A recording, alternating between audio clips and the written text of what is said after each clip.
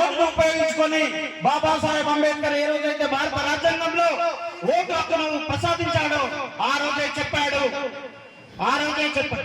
అదే విధంగా ఇబ్రాహీంపట్నం సుపరిచితుడు డాక్టర్ అబ్బాయి సార్ గారిని స్టేజ్ మీదకి రావాల్సిందిగా కోరుతున్నాం. సో భారత రాజ్యాంగంలో కల్పించబడ్డ ఓటు హక్కు ద్వారా బాబాసాహెబ్ అంబేద్కర్ ఇంకొక విషయం కూడా చెప్పాడు.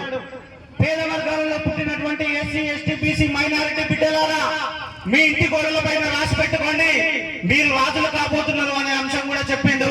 కానీ ఈ దేశంలో ఉన్నటువంటి రాజకీయ నాయకులు, ఈ దేశంలో ఉన్నటువంటి అగ్రవర్ణ నాయకులు, ఈ దేశాన్ని దోచుకోబడుతున్నటువంటి పారిశ్రామికవేత్తలు ఈ విషయాన్ని మాత్రం ప్రజలకు చెప్పరు.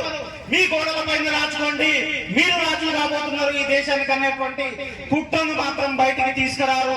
కేవలం బాబాసాహెబ్ ఇచ్చినటువంటి ఓటును మీరు ఉపయోగించుకోవాలి. బాబాసాహెబ్ ఇచ్చిన ఓటు ఎమ్మెల్యే గారికి